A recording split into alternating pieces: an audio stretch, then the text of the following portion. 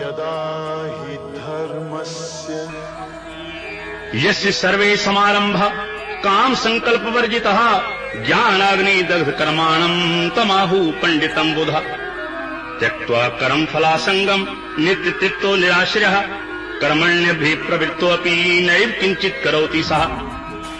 और हे अर्जुन, जिसके संपूर्ण कार्य कामना और संकल्प से रहित हैं, ऐसे उस ज्ञान रूप अग्नि द्वारा भस्म हुए कर्मों वाले पुरुष को ज्ञानी जन भी पंडित कहते हैं। और जो पुरुष सांसारिक आश्रय से रहित सदा परमानंद परमात्मा में तृप्त है, वह कर्मों के फल और संग अर्थात कर्तृत्व अभिमान को त्याग कर कर्म में भी अच्छी प्रकार बरतता हुआ कुछ भी नहीं करता है।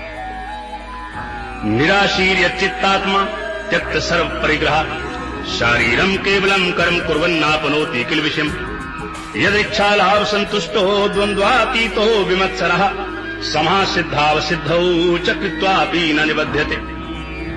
और जीत लिया है अंतःकरण और शरीर जिसने, तथा त्याग दी है संपूर्ण भोगों की सामग्री जिसने, ऐसा आशा रहित पुरुष केवल शरीर संबंधी कर्म को करता हुआ भी पाप को नहीं प्राप्त होता।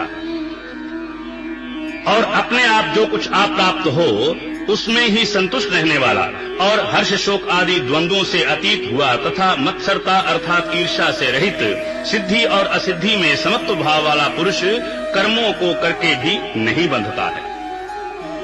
गत संज्ञस्य मुक्तस्य ज्ञानावस्थित चेतसा यज्ञायाचरतः कर्म समग्रम प्रविलीयते ब्रह्मर्पणम ब्रह्म हविर ब्रह्माग्नौ ब्रह्मणाहुतम ब्रह्मैव तेंदन्तव्यम ब्रह्म कर्म समाधिना।